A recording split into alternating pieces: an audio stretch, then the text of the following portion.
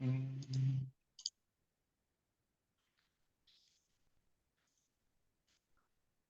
Ya, oke. Mungkin saya lebih ini ya fokus ke pengalaman di BRIN, soalnya ke Indonesia udah pada tahu lah ya. Ternyata pada orang Indonesia kan ya. Jadi mostly hari ini bakal lebih ke sharing ke pengalaman saya pas postdoc di BRIN kemarin. Ya, kemarin. Masih baru banget. Ini sedikit background aja. Jadi dulu saya kuliahnya S1 di UGM di Jogja. Dulu lahirnya di Kalimantan Barat di Pontianak. Dari TK, SD, SMA tuh di Pontianak.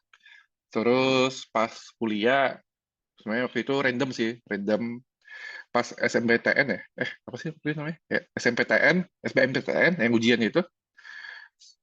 Randomnya nulis kayak, oh ya, kayak teknik nuklir, kayak menarik, kayak menarik. Terus isi, terus ya puji Tuhannya keterima, terus ya sampai sekarang lah. Jadi itu salah satu kayak mau bilang coincidence tapi kayak kind of a fate, kayak takdir gitu ya. Sampai sekarang ya karena dulu milihnya teknik nuklir gitu. Terus abis lulus di Jogja kurang lebih 4 tahun ya, pindah ke Korea, Korea Selatan, bukan Utara, di KAIS. Ini di NQI, di Nuclear Quantum Engineering, buat master, post PhD. PhD-nya lumayan lama, 5 tahun. Ada cerita sedikit unik. Jadi dulu pas tahun keempat ya, pas tahun keempat, itu ada anak baru, dikenalin sama profesor, dikenalin satu-satu ke lab member gitu kan. Terus dikenalin, oh ini Steven dari Indonesia, bla bla bla bla bla. Terus dia nanya, Steven ini kamu udah semester berapa tuh? Udah tahun keberapa? Oh, udah tahun keempat, Prof. Oh, oke. Saya you need to graduate soon. Oke. Makanya dia kelupaan kayak waktu itu. Jadinya ya lumayan. Terus sempat 1 tahun juga postdoc di lab yang sama, setahun. Habis itu setelah setahun akhirnya mutusin, setelah dipikir-pikir, sempat tawarin buat lanjut kayak konsultan gitu, startup di Korea. Cuma saya pikir-pikir kayaknya udah agak lama ya di Korea Selatannya, 8 tahun, terus udah lama nggak pulang juga. Jadi setelah sekian banyak pertimbangan, tadi milih untuk pulang ke BRIN. Kebetulan waktu itu lagi hotnya lah, lagi gencar-gencarnya BRIN untuk eh, invite call for postdoc gitu, nyari postdoc, nyari orang postdoc sama visiting researcher. Terus jadi sempat setahun di BRIN sampai bulan Maret kemarin selesai. Terus sekarang saya lagi di Energy Palace, jadi kinda move to the industry, jadi sebagai konsultan, konsultan di tim CS, Consultant Service, Director Analysis and Operational Support dari bulan Juni ini, jadi masih baru banget. Terus mungkin pertanyaannya kenapa waktu itu milih ke BRIN, ya jelas pulang, sudah sekian lama di luar, 8 tahun di Korea Selatan, sekalian ya orang tua juga udah lumayan lanjut usia, ya, family time lah, udah kita aja, kebetulan saya 5 bersaudara. Cuma kita kayak nggak pernah ada foto bareng gitu lengkap. Jadi sekalian pulang, foto bareng semua sama keponakan semuanya. Jadi ya the very first reason ya karena pulang aja family time. Terus yang kedua, kalau saya pribadi lebih ke pengen testing the water, especially dari research climate-nya karena apalagi di nuclear engineering ya, PSD aja dalam tanda kutip agak sulit, apalagi di bidang nuclear engineering yang lumayan spesifik gitu, lumayan khusus. Jadi sekalian pengen testing the water kayak gimana sih kondisi research di Indonesia, apalagi di nuclear engineering-nya. Terus for sure ini sebagai ya, rumah, Grassroot, karena ini satu reaktor serbaguna GACOBC, ini di Serpong, di Tangerang. Jadi di Indonesia itu ada 3 reaktor, salah satunya di Serpong nih, di Jakarta. Nah, ini fun fact-nya adalah salah satu leading technology. Pada waktu itu ya, waktu tahun 80-an, 70-an, dan even waktu itu Jepang sempat sering kunjungan ke kita buat mempelajari reaktor ini.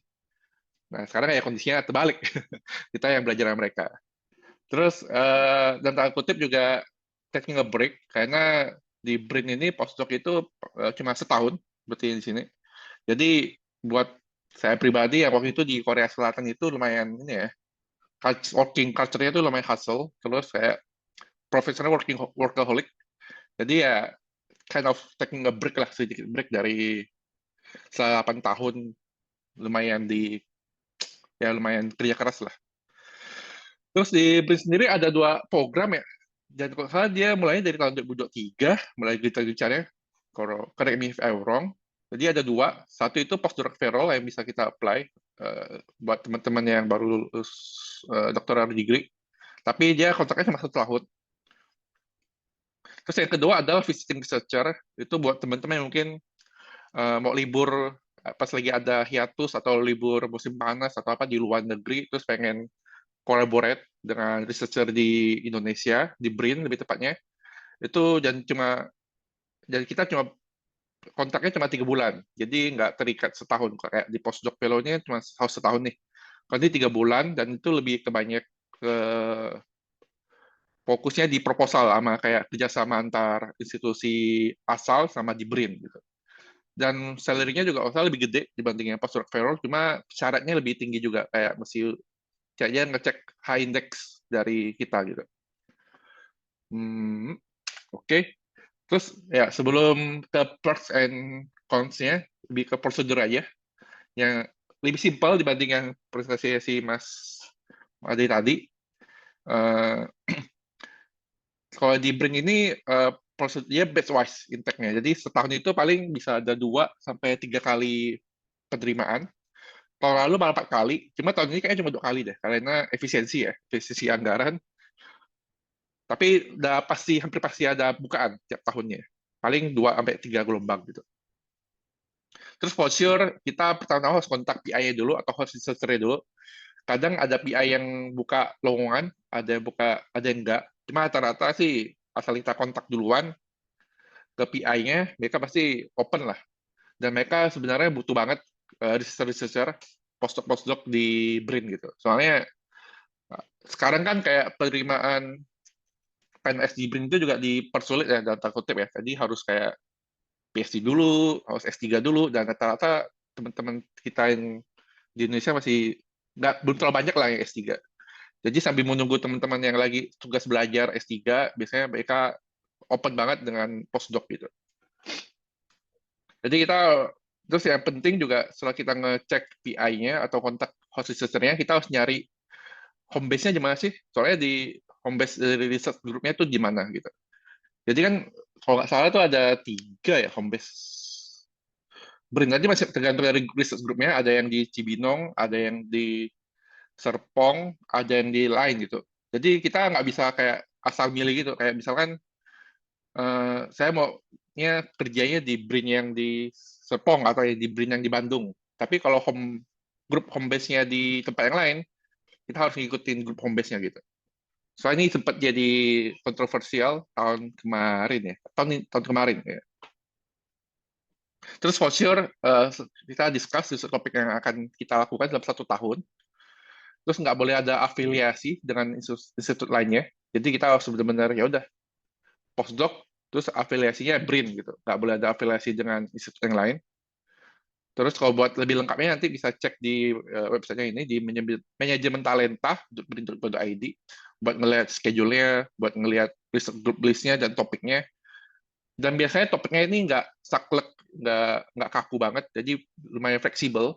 Nanti tinggal kita bicarakan dengan host researcher-nya atau PI-nya. Terus yang paling penting juga ini ya, harus always remind the host researcher regarding the administration. Soalnya kadang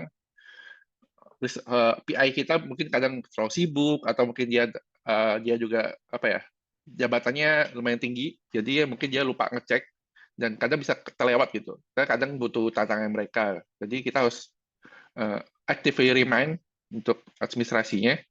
Terus ya persiapan untuk keberangkatan. Soalnya bisa aja kita diterima di grup yang home base-nya bukan di tempat tinggal kita gitu. Terus pertanyaannya adalah apakah worth untuk postdoc di BRIN? Jadi untuk tahu worth atau enggak kita lihat dulu obligation sama perks-nya. Obligasinya dalam 1 tahun itu kita harus punya 2 jurnal Q1 yang accepted. Jadi Q1 2 jurnal dan accepted ya dalam 1 tahun. Terus ada Monef, ya itu cuma setahun sekali, ini ya cuma monitoring dan evaluasi dari selama ini postdoc-nya nggak gimana, progresnya gimana, kendalanya apa.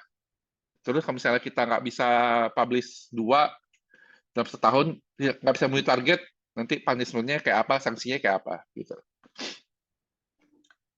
Perksnya, of course, tinggal di Indonesia, ya.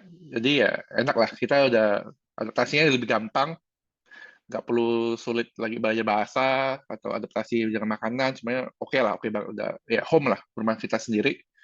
Terus topiknya lumayan fleksibel, jadi misalkan di awal kita udah sepakat sama PI kita pengen ngerjain topik A, cuma ternyata dalam perjalanannya topik A ini ada kendalanya, kayak mungkin ada code yang mungkin ngebug atau mungkin ada research yang ada bermasalah, jadi dia bisa diganti ke topik B.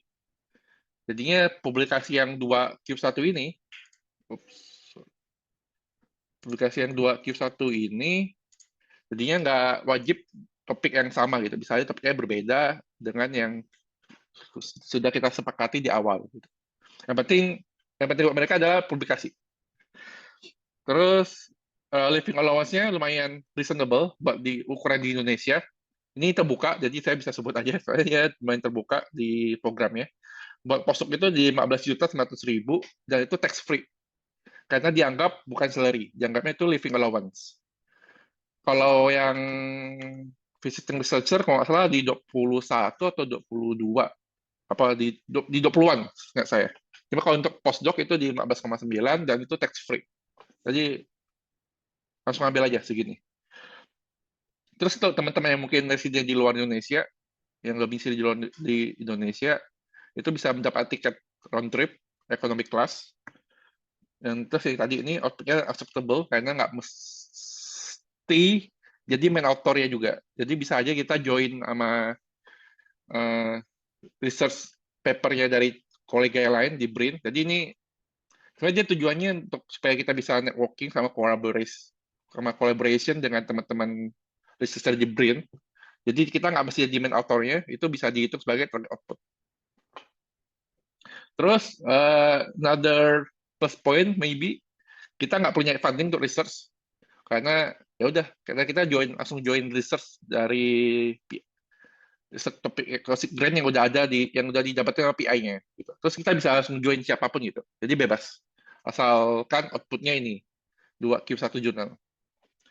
Terus ada yang namanya ELSA Point, itu nanti saya nggak pakai sih. Cuma kalau karena saya lebih ke komputasi.